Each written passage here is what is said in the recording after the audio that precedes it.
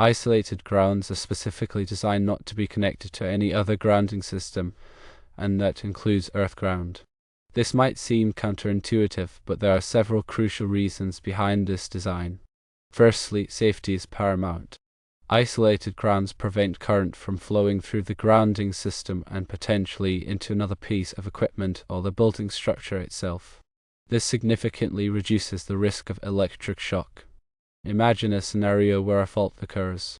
If the isolated ground were connected to the regular grounding system, the fault current could travel through that interconnected system, potentially energizing other equipment and creating a hazardous situation.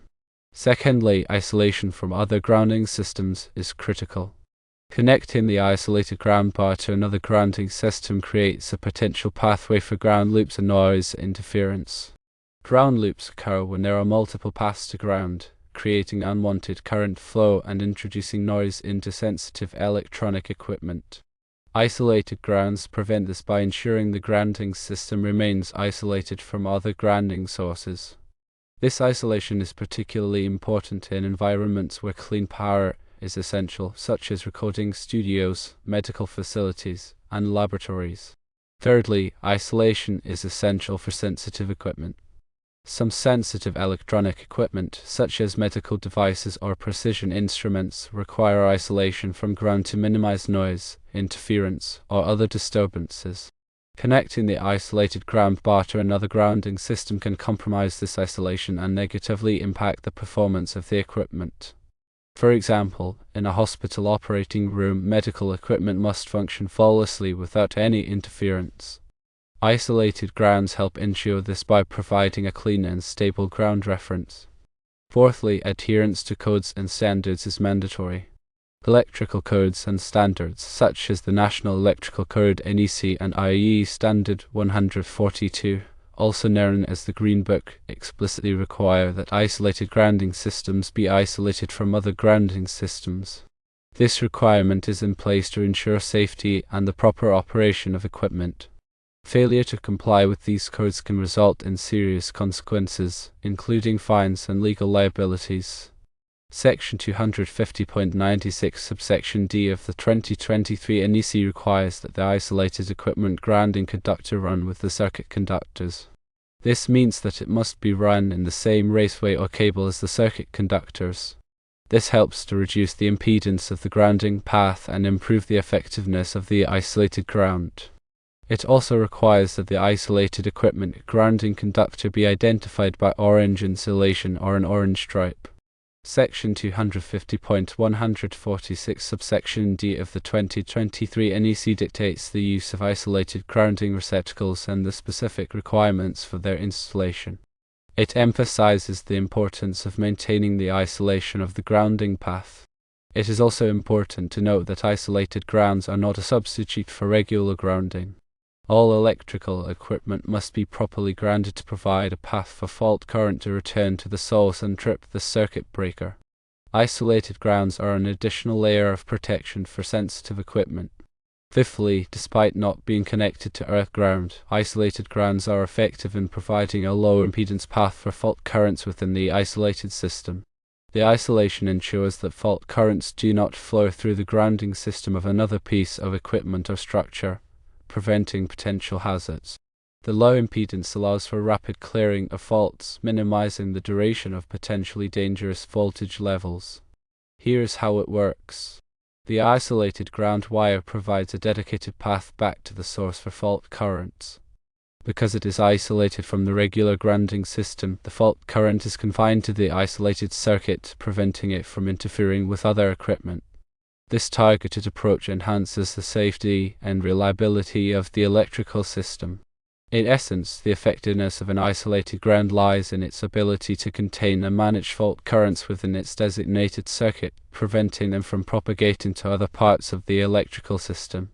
This localized control is what makes isolated ground so valuable in protecting sensitive equipment and ensuring electrical safety. Think of an isolated ground system as its own contained grounding network within a larger electrical system. It is designed to handle fault currents and minimize interference within a specific circuit without relying on or contributing to the main grounding system. This independence is key to its functionality. To further clarify, consider the components of an isolated ground system. It typically includes an isolated ground receptacle, an isolated ground conductor, and an isolated ground busbar within the electrical panel.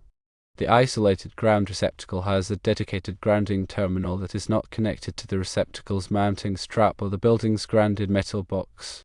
The isolated ground conductor is typically identified by green insulation with a yellow stripe and runs directly from the isolated ground receptacle back to the isolated ground busbar in the electrical panel. The isolated ground busbar is also isolated from the panel enclosure and the main grounding busbar. It provides a central connection point for all the isolated ground conductors in the system. When installing an isolated ground system, it is crucial to follow all applicable codes and standards, including the NEC and any local electrical codes. Proper installation is essential to ensure the system functions correctly and provides the intended level of protection. Firstly, use only approved components that are specifically designed for isolated ground systems. Secondly, ensure that the isolated ground conductor is properly sized to handle the anticipated fault current. Thirdly, maintain complete isolation between the isolated ground system and the regular grounding system. Fourthly, clearly label all components of the isolated ground system to avoid confusion. Now, let's address some common misconceptions about isolated grounds. One misconception is that isolated grounds are somehow better than regular grounds. This is not the case. Regular grounding is essential for safety and provides a path for fault current to return to the source and trip the circuit breaker.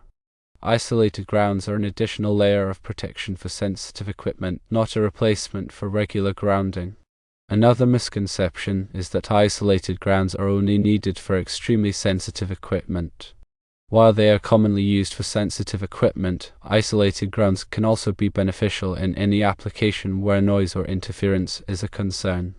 This includes audio recording studios, computer server rooms, and industrial control systems. Another key aspect to understand is the concept of impedance in grounding systems. Impedance is the opposition to the flow of alternating current. In grounding systems, low impedance is crucial to ensure that fault currents can quickly and easily return to the source, tripping the circuit breaker and clearing the fault. Isolated grounds are designed to provide a low impedance path for fault currents within the isolated system. This is achieved by using a dedicated grounding conductor that is sized appropriately and routed directly back to the source. By minimizing impedance, isolated grounds help to ensure the rapid and effective clearing of faults, minimizing the risk of electrical shock and equipment damage. The lower the impedance of the grounding path, the faster the fault current can flow and the quicker the circuit breaker will trip. This is why it is essential to use high-quality grounding conductors and connectors and to ensure that all connections are clean and tight. In addition to minimizing impedance, it is also important to minimize the length of the grounding conductor. The longer the conductor, the higher the impedance. This is why it is best to run the grounding conductor directly back to the source without any unnecessary pins or loops. In summary, while it may seem counterintuitive to not connect an isolated ground bar to any type of ground, doing so is essential for safety, isolation, and the proper operation of sensitive equipment. By understanding the reasons behind this design and following all applicable codes and standards, you can ensure that your electrical systems are safe, reliable, and free from noise and interference. Remember, isolated grounds are not a substitute for regular grounding, but rather an additional layer of protection for sensitive equipment. By using both regular grounding and isolated grounds where appropriate, you can create a comprehensive grounding system that meets the needs of your specific application. The combination of regular grounding for safety and isolated grounding for sensitive equipment ensures a robust and reliable electrical system.